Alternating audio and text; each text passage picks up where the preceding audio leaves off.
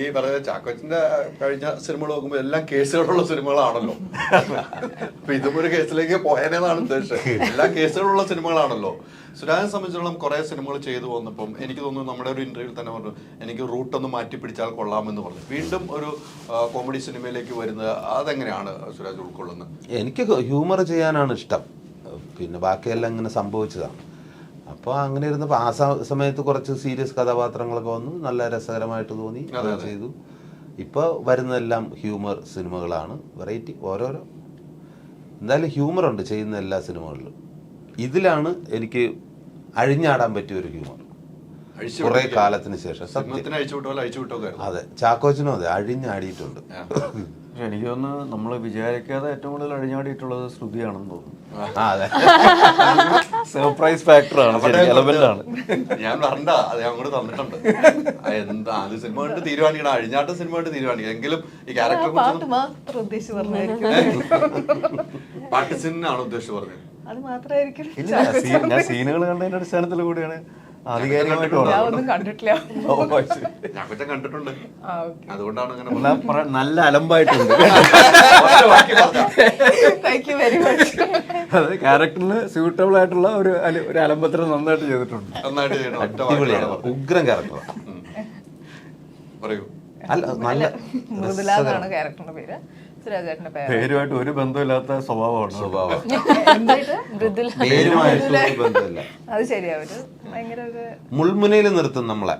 ഡ്യൂട്ടിക്ക് പോയിക്കൊണ്ടിരിക്കുന്ന അല്ലെങ്കിൽ ജോലി ചെയ്യാൻ പോകുന്ന ഹസ്ബൻഡിനെ മുൾമുനയിൽ നിർത്തുന്നു. അങ്ങനത്തെ ഒരു ക്യാരക്ടർ ആയതുകൊണ്ട് എന്റെ പേഴ്സണാലിറ്റി ഇത് ഭയങ്കര ഡിഫറെന്റ് ആയതുകൊണ്ട് വല്ലാണ്ട് കഷ്ടപ്പെട്ടു പോയി. ഈ ടീസറില് സുരാജ് എന്നെ പിടിക്കാൻ വേണ്ടി പറയുന്നത്, എടാ നീ ഓർഡറിൽ എനിക്ക് വീട്ടിൽ പോകാനുള്ളതാണ് എന്ന് പറയുന്നത്. അതിൽ നിന്ന് തന്നെ മനസ്സിലാവും എന്താണ് ഏറ്റവും വലിയ പ്രശ്നമുള്ളത്. ഭാര്യയുണ്ട്, വീടുണ്ട്, അവിടുത്തെ പ്രശ്നമാണ് ഇവിടത്തെക്കാളും വലുത്, സിംഹത്തിനേക്കാളും വലിയ പ്രശ്നമാണ് വീട്ടിലുള്ളത് എന്നുള്ളതാണ് അതിൽ നിന്ന് നമ്മൾ മനസ്സിലാക്കേണ്ടത്. അങ്ങനെ ആയിരുന്നു. പക്ഷെ എനിക്ക് പറഞ്ഞത് നമ്മുടെ ലൈഫുമായിട്ട് ഒരു ബന്ധമില്ല എന്ന് പറഞ്ഞാൽ ഒരു ബന്ധമില്ല കേട്ടോ.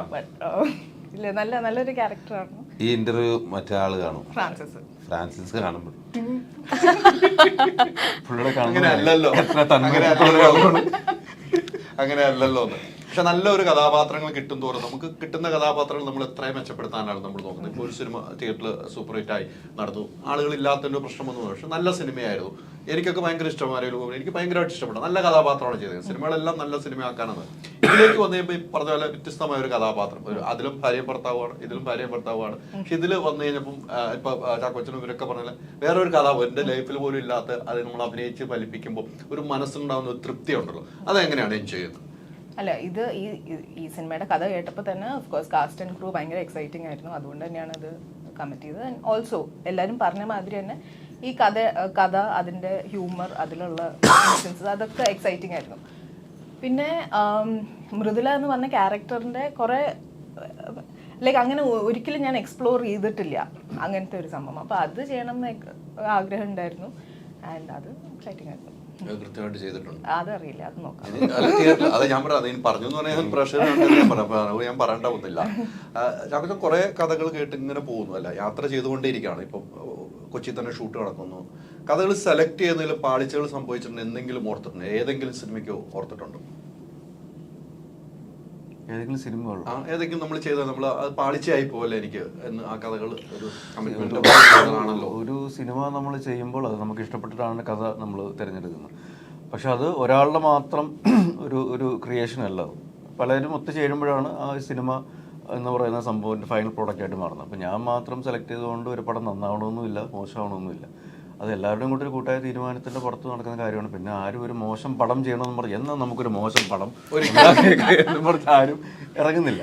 പിന്നെ ഓരോ സമയത്ത് ആൾക്കാർക്ക് ഡിഫറെൻറ്റ് ടേസ്റ്റുകളാണ്. ചിലപ്പോൾ നമ്മൾ സോക്കോളൊരു ട്രെൻഡിൻ്റെ പുറകെ നമ്മൾ ചിലപ്പോൾ പോകുമായിരിക്കും.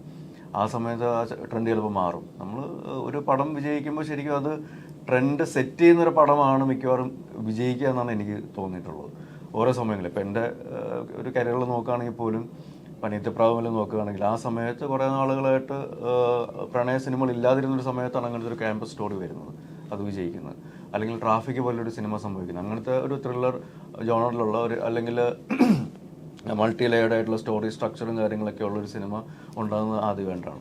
അല്ലെങ്കിൽ ഹൗ ഓൾഡ് ആർ യു പോലെയുള്ള സ്ത്രീ ശാക്തീകരണം അങ്ങനെയുള്ള സിനിമകൾ ഉണ്ടാകുന്നത് എങ്ങനെയാണ്, വൈറസ് പോലുള്ള സർവൈവൽ ത്രില്ലറുകൾ സംഭവിക്കുന്നത്. അപ്പോൾ അതെല്ലാം ഓരോ ട്രെൻഡ് സെറ്റ് ചെയ്യുന്ന സിനിമകളാണ്. അപ്പോൾ നമ്മൾ ട്രെൻഡ് സെറ്റ് ചെയ്യാൻ വേണ്ടി ശ്രമിക്കുമ്പോഴായിരിക്കാം ചിലപ്പം നല്ല സിനിമകൾ ഉണ്ടാകുന്നത്. ചിലപ്പോൾ ട്രെൻഡിൻ്റെ പുറകെ പോകുമ്പോൾ ചിലപ്പം പാളിയേക്കാം എന്നുള്ളത്. പിന്നെ ഒന്നും നമ്മുടെ കൈകളിലല്ല. നമ്മൾ ഇഷ്ടപ്പെട്ട് തിരഞ്ഞെടുക്കുന്ന ഒരു കഥയാണ്, ചെയ്യുന്നൊരു സിനിമയാണ്. അത് അൾട്ടിമേറ്റ്ലി അത് ചിലപ്പോൾ തിയേറ്ററിൽ പരാജയപ്പെടുന്ന സിനിമകൾ പിന്നീട്, ഫോർ എക്സാമ്പിൾ ഞാൻ ഇതിൻ്റെ കഥാകൃത്തിൻ്റെ തന്നെ ചിറകുടിഞ്ഞ കിനാവുകൾ എന്നുള്ള സിനിമ, അത് വർഷങ്ങൾക്ക് ഇപ്പോഴും ടി വി കാണിക്കുമ്പോൾ ഇഷ്ടപ്പെട്ട് കുറേ പേര് മെസ്സേജുകൾ അയക്കാറുണ്ട്. അങ്ങനെ സംഭവിക്കാറുണ്ട്. ചിലർ ചോദിക്കാറുണ്ട് വേറെ സിനിമകൾ കാണുമ്പോൾ എന്താണ് ഈ സിനിമ ചെയ്തത് എന്ന് ചോദിക്കാറുണ്ട്. എനിക്കിഷ്ടപ്പെട്ടൊരു കഥയാണ്, അതിൻ്റെ കൂടെ ഞാൻ സഞ്ചരിച്ചു, അത് ഞാൻ ചെയ്തു. ചിലർക്ക് ശരിയാവും, ചിലർക്ക് ശരിയാവില്ല. ചോദ്യങ്ങൾ വരാറുണ്ട്. ഇപ്പം ചന്ദ്രൻ പറഞ്ഞ ചോദ്യം, എന്തിനാണ് അതിന്റെ പുറകെ പോയെന്ന് ചോദ്യങ്ങൾ വരാറുണ്ട്. എനിക്ക് ഇഷ്ടപ്പെട്ട് ഞാൻ ചെയ്തുകൊണ്ടാണ്, അത്രേ ഉള്ളൂ. അതിൽ വേറെ നമ്മളാണല്ലോ ഇല്ല. സെലക്ഷൻ നമ്മൾ തന്നെയാണല്ലോ ചെയ്തത്. സിനിമയുടെ വിജയപരാജയം ഒരിക്കലും നമുക്ക് മുൻകൂട്ടി അറിയാം. അത്രമാത്രം നല്ല പ്രഷറാണ് മലയാളി പ്രഷർ എന്ന് പറയുന്നത്. തീർച്ചയായും. ഇപ്പം ഈ വർഷം നോക്കുകയാണെങ്കിൽ തന്നെ നമ്മൾ പലരും പറഞ്ഞിട്ടുണ്ടായിരുന്നു തുടക്കത്തിൽ, ഇത് വലിയ സിനിമകൾ കാണാൻ വേണ്ടി മാത്രമേ തിയേറ്ററിലേക്ക് ആൾക്കാർ വരുള്ളൂ എന്ന് പറഞ്ഞപ്പോൾ പ്രേമില് പോലെയുള്ള താരതമ്യേന എക്സ്പീരിയൻസ് കുറഞ്ഞ പുതിയ ആൾക്കാർ, നമുക്ക് പറയാവുന്ന ആൾക്കാർ അഭിനയിച്ച സിനിമ സൂപ്പർ ഹിറ്റ് അടിക്കുന്നു, ഹ്യൂമർ പടങ്ങൾ വരുന്നു. അപ്പോൾ ഇനി ഹ്യൂമറെ രക്ഷയുള്ളൂ എന്ന് പറയുമ്പോഴാണ് മമ്മൂക്ക ബ്ലാക്ക് ആൻഡ് വൈറ്റ് ഹൊററുമായിട്ട് വരുന്നത്. അങ്ങനെ ഇനി ഹൊററും ഹ്യൂമറും മാത്രമേ ഉള്ളൂ എന്ന് പറയുമ്പോഴാണ് സർവൈവൽ ത്രില്ലറുമായിട്ട് മഞ്ഞുമൽ ബോയ്സ് വരുന്നത്. അങ്ങനെ ഇനി കൂട്ടായ കളികളേ ഉള്ളൂ എന്ന് പറയുമ്പോഴാണ് ആടുജീവിതം പോലെയുള്ള സിനിമകൾ വരുന്നത്. അപ്പോൾ ഏത് ടൈപ്പ് സിനിമ എന്ന് നമുക്ക് ഒരിക്കലും പറയാൻ പറ്റില്ല. ഇപ്പോൾ ഒരു എക്സ്പെക്റ്റേഷനും ഇല്ല എന്ന് വിചാരിച്ചിരുന്ന ഒരു സിനിമ തലവൻ നല്ല അഭിപ്രായം നേടി ഇപ്പോൾ തിയേറ്ററിൽ മുന്നേറിക്കൊണ്ടിരിക്കുന്നുണ്ട്. അപ്പോൾ നമുക്ക് അങ്ങനെ ഒരു സോക്കോളുടെ ഒരു ഗ്യാരണ്ടി ഇല്ല, ഏത് നന്നാവും ഏത് മോശമാവും ആർക്കും ഉറപ്പിച്ച് പറയാൻ പറ്റില്ല. നമ്മൾ ശ്രമിക്കുന്നു, നമുക്ക് ഇഷ്ടപ്പെട്ട ഒരു കഥ അത് 100% ആത്മാർത്ഥതയോടെ ചെയ്യുന്നു, അതിൻ്റെ റിസൾട്ടിന് വേണ്ടി വെയിറ്റ് ചെയ്യുന്നു. അത് നന്നായില്ലെങ്കിൽ അടുത്തത് കൂടുതൽ നന്നാക്കാൻ വേണ്ടി ശ്രമിക്കുന്നു, അത്രേ ഉള്ളൂ. അപ്പോൾ നമുക്ക് ഓരോ സിനിമ കഴിയുന്നതോറും നമ്മൾ വീണ്ടും അഭിനയത്തിലുള്ള പ്രിയം കൂടുന്നു. നമ്മൾ കിട്ടുന്ന ക്യാരക്ടർ എത്രമാത്രം നന്നാക്കാൻ വേണ്ടി നമ്മൾ ശ്രമിക്കുന്നു. പ്രോസസ്സ് ഒരിക്കലും എൻഡ് ചെയ്യുന്നില്ല. നമ്മൾ പഠിക്കുന്ന കാര്യമാണെങ്കിലും ചെയ്യുന്ന കാര്യങ്ങളാണെങ്കിലും എല്ലാം പുതിയത് നമ്മൾ ചെയ്യാൻ വേണ്ടി ശ്രമിക്കുകയും ആഗ്രഹിക്കുകയും ചെയ്യുന്നുണ്ട്. ഇപ്പം ഇതിൽ പലരും പറയാറുണ്ട് സുരാജ് തിരിച്ചു വരുന്നു എന്ന് പറയുമ്പോൾ ഇതിൽ ഉള്ള തമാശകൾ എന്ന് പറഞ്ഞാൽ ഇതുവരെ കാണാത്ത രീതിയിലുള്ള ഹ്യൂമർ അല്ലെങ്കിൽ ഒരു കഥ വെച്ചിട്ടാണ് നമ്മൾ ഇതിനെ പ്ലേസ് ചെയ്യുന്നത്. അപ്പോൾ അത് വേറൊരു ടൈപ്പ് ഓഫ് ഹ്യൂമറായിട്ട് വരണം എന്നുള്ളതാണ് ഞങ്ങൾ ആഗ്രഹിക്കുന്നത്. ഇതിൽ ഈ സിനിമ ഞങ്ങൾ കോയിൻ ചെയ്തിരിക്കുന്ന ജോണർ എന്ന് പറയുന്നത് സർവൈവൽ ത്രില്ലർ കോമഡി എന്നുള്ള ഒരു സെക്ഷനാണ്. Survival comedy. ഇതിൽ സർവൈവൽ ഉണ്ട്, കാരണം സിംഹത്തിന് മുന്നിൽ പെട്ടു പോകുന്ന രണ്ടുപേരാണ്, അവർക്ക് രക്ഷപ്പെടണം. മാത്രമല്ല സമീപകാലത്ത് സർവൈവൽ ത്രില്ലറൊക്കെ ഓടി. പിന്നെ ഹ്യൂമറുണ്ട്, അത്യാവശ്യം ഹ്യൂമറും കാര്യങ്ങളൊക്കെ ഉണ്ട്.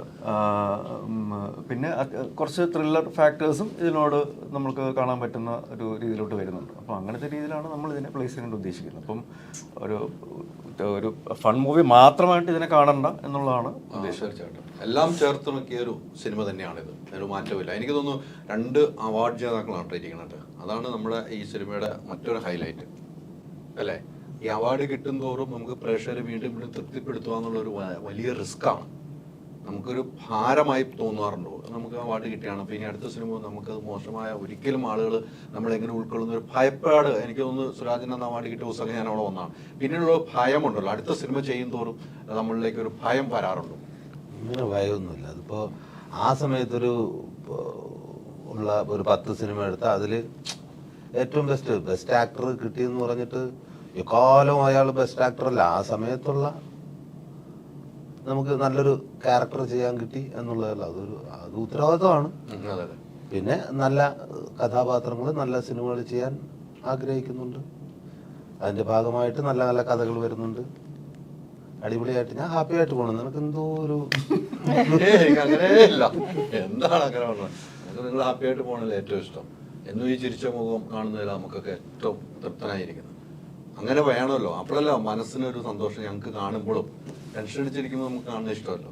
രാജൻ എപ്പോഴും ഹാപ്പി ആയിട്ട് ഇരിക്കുന്നതാണ് അല്ലേ? അത് പിന്നെ പിച്ച് ടെൻഷൻ ആണെങ്കിൽ പ്രൊഡ്യൂസ് ചെയ്യുമ്പോഴായിരിക്കുന്ന എനിക്ക് അത് ഇത്തിരി ഉണ്ടാവല്ലേ? അതൊക്കെ ലിസ്റ്റ് നോക്കിയോ. പിന്നെ സന്തോഷമുണ്ട്, അവിടെ സന്തോഷമുണ്ട്, നമ്മള് തൃപ്തനാണ് അല്ലേ? ഏരിയ നോക്കണ്ട, നമ്മൾ അഭിനയിക്കുക പോവാ, അത്രേ ഉള്ളൂ. പണി എടുക്കുന്നു, വേറെ ഒന്നും നമ്മൾ ഇടപെടുന്നില്ല. എന്താണ് അങ്ങനെ ഒരു പ്രൊഡക്ഷൻ വേണമെന്ന് തീരുമാനം? ഇത്രയും നാളുകൾക്ക് ശേഷം ഒരു പ്രൊഡക്ഷൻ എന്ന് തീരുമാനിക്കാനുള്ള കാരണം? ഇല്ല, അങ്ങനെ ഇതിനകത്ത് നിൽക്കല്ലേ. ഇതിനകത്ത് ഇപ്പൊ നമുക്ക് ഇഷ്ടപ്പെടുന്ന പോലെ വേറൊരാളോട് ചെന്ന് ഇങ്ങനെ പറഞ്ഞ് ഇത് നമുക്ക് നോക്കാം. നമുക്ക് ഇഷ്ടപ്പെടുന്നത് അതിന് ഒരാളും കൂടെ സപ്പോർട്ട് ചെയ്യാറുണ്ടെങ്കിൽ ചെയ്യാമെന്ന് കരുതി. ഐഡിയ എന്നത് മമ്മൂക്കയാണ്. അതത്രേ ഉള്ളൂ. മമ്മൂക്കയാണ് ഐഡിയ. എന്താടാ നീ എന്നൊക്കെ ചെയ്യാൻ പോകുന്നത്? പരിപാടി എന്തായാലും കഷ്ടപ്പെടയില്ലേ, നീ നോക്ക് നല്ല നല്ല പരിപാടികൾ. മമ്മൂക്ക വിചാരിച്ച മമ്മൂക്കയെ വെച്ച് നിങ്ങൾ പടം ചെയ്യുന്നതാണ് എന്നാണ് നിങ്ങൾ വെച്ച് ചെയ്യാനായിട്ട് പോകില്ലേ? അങ്ങനെ ഉണ്ടാവും. ശാഖവശനാണ് അടുത്തത്. എല്ലാരും അല്ല അങ്ങനെ എന്താ ഉണ്ടാവാൻ പാടില്ല അല്ലേ? അല്ല അങ്ങനെ വേണം, ഇല്ലെങ്കിൽ എന്റെ സ്വഭാവം മാറും. ആ കൊച്ചിനെ വെച്ച് എടുത്ത പടം. അതെ, അതെന്ന് ആഗ്രഹിക്കുന്നു. കഥയൊക്കെ അദ്ദേഹം കേട്ട് ഇഷ്ടാവട്ടെ. അത് കേൾപ്പിച്ചോ? ഇല്ല, ഉടനെ. അപ്പൊ ഇത് പുതിയൊരു പ്രഖ്യാപനമായിട്ട് മാറട്ടെ ആവട്ടെ.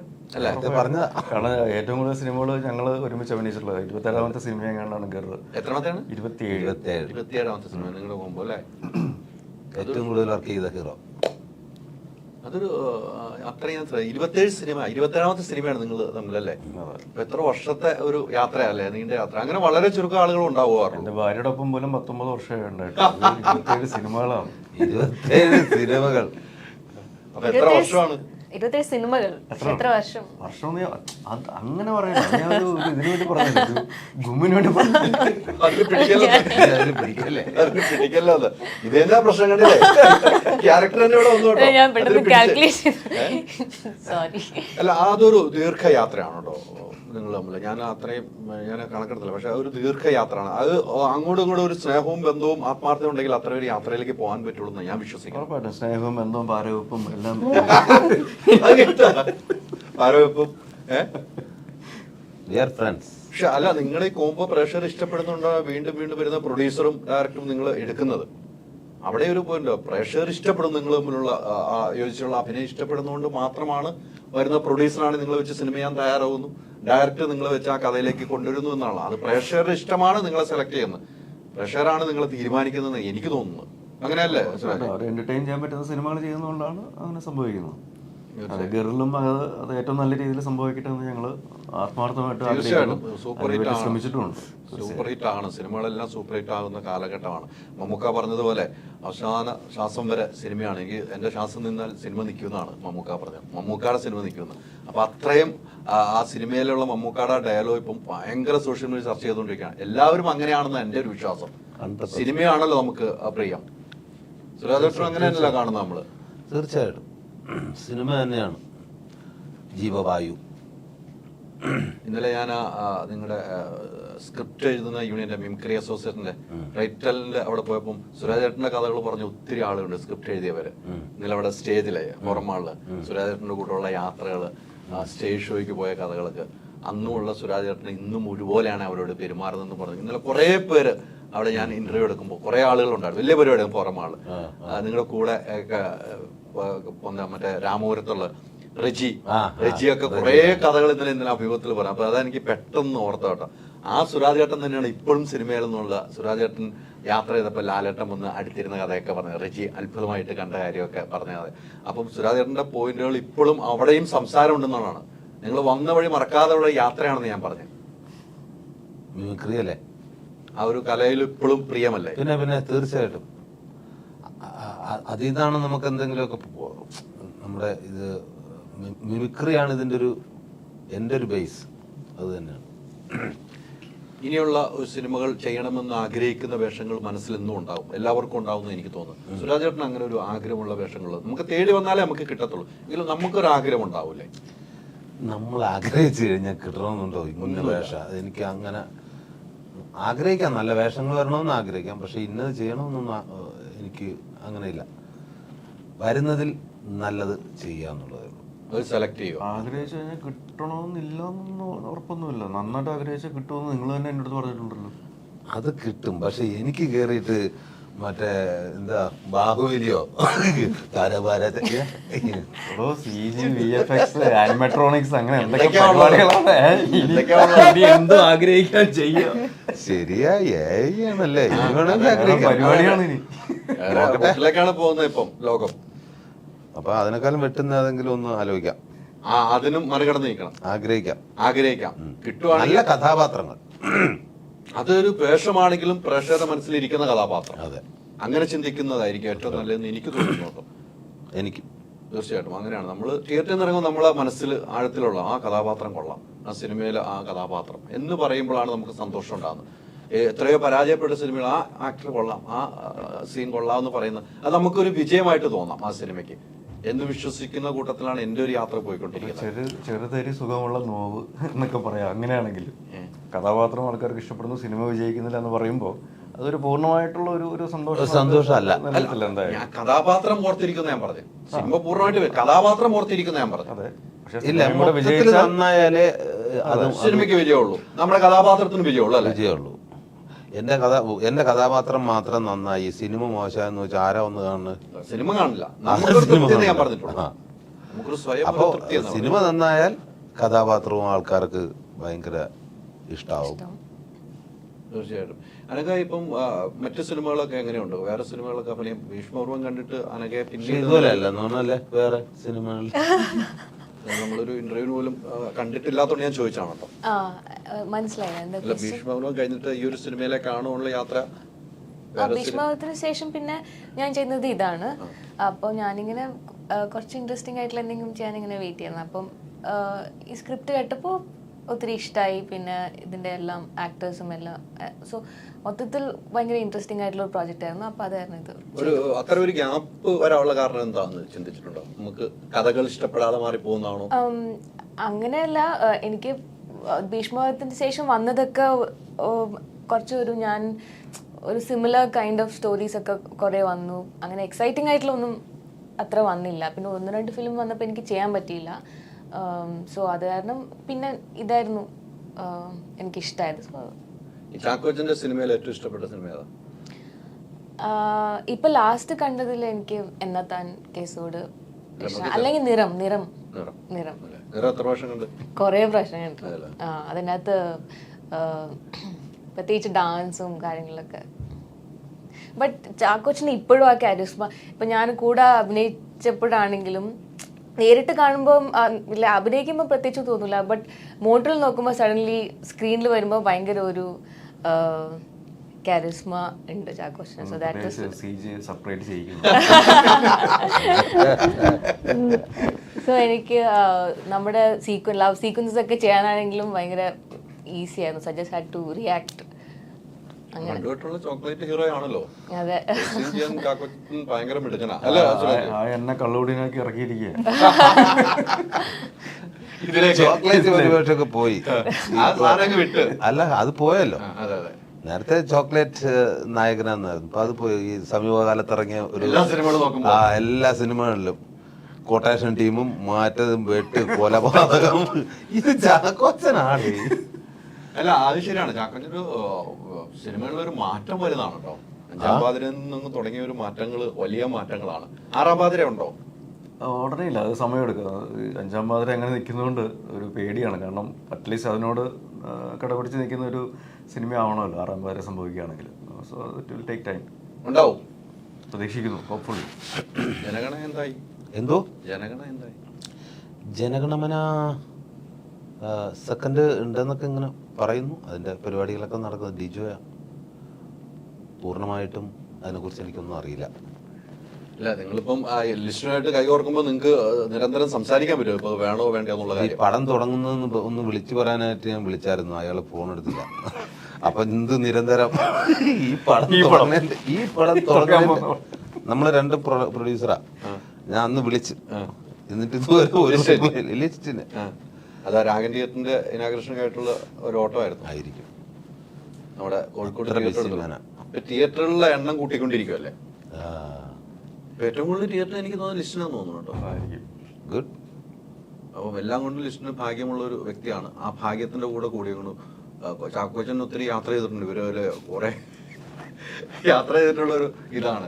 എന്തായാലും ഈ സിനിമയിലേക്ക് നമ്മൾ തിരിച്ചൊന്നും എത്ര പാട്ടുകൾ അങ്ങനെയൊക്കെ നമുക്ക് ഡയറക്ടറൊന്നും ഇല്ലാത്തതുകൊണ്ട് ചോദിക്കാൻ പറ്റില്ല. നിങ്ങൾക്ക് അറിയാവുന്നുള്ളൂ പറയുവാണെങ്കിൽ. നമ്മൾ ആദ്യം വിട്ടത് ഇതിന്റെ ഒരു തീമാറ്റിക് ആയിട്ടുള്ള ഒരു സോങ് ആണ് ഈ പ്രണയം എന്ന് പറയുന്നത്. പിന്നെ ഒരു റൊമാൻറ്റിക് സോങ് ഉണ്ട്, പിന്നെ ഒരു ഫാസ്റ്റ് നമ്പർ സോങ് ഉണ്ട്, ഒരു ചെറിയൊരു മെലഡി പാത്തോസ് പോലത്തെ ഒരു സോങ് ഉണ്ട്. 4 സോങ്ങുകളാണ് ഈ സിനിമയിലുള്ളത്. ഡോൺ വിൻസെന്റ്, കൈലാഷ് മേനോൻ ഒക്കെയാണ് ഇതിന്റെ സംഗീത സംവിധാനം ചെയ്തത്. പിന്നെ ഇതിന്റെ ടെക്നിക്കൽ ക്രൂ, അവരെ പറ്റി പറയുകയാണെങ്കിൽ ജയേഷാണ് സിനിമാറ്റോഗ്രാഫി, വിവേക് ഹർഷാണ് എഡിറ്റിംഗ് ചെയ്തിരിക്കുന്നത്, രതീഷ് പൊതുവാൾ ഇതിൻ്റെ പ്രൊഡക്ഷൻ ഡിസൈനിങ്ങിലുണ്ട്. ഓഫ് കോഴ്സ് JK ആണ് ഡയറക്ഷനും കഥയും കാര്യങ്ങളൊക്കെ, പ്രവീണും കൂടെ കഥയിൽ ഉൾപ്പെട്ടിട്ടുണ്ട്. അപ്പോൾ എസ്ര എന്നൊരു പടം നമുക്കറിയാം, അത് ഒരു ഹൊറർ മൂവി ചെയ്ത ഒരു ഡയറക്ടർ അടുത്ത സിനിമയായിട്ട് വരുമ്പോൾ ഏകദേശം അതിനോട് സാമ്യമുള്ള സിനിമയായിരിക്കും വിചാരിക്കുകയാണെങ്കിൽ അതിൽ നിന്നും ഏറ്റവും വ്യത്യസ്തമായിട്ടുള്ള രീതിയിലുള്ള ഒരു ഫൺ റൈഡ് മൂവിയാണ് ഇതിലുള്ളത് ഗർ എന്നുള്ള സിനിമ. പിന്നെ ഒരു പുതുമുഖ നായക താരത്തെ ഞങ്ങൾ ഇതിൽ അവതരിപ്പിക്കുന്നുണ്ട്, മിസ്റ്റർ മോജോ.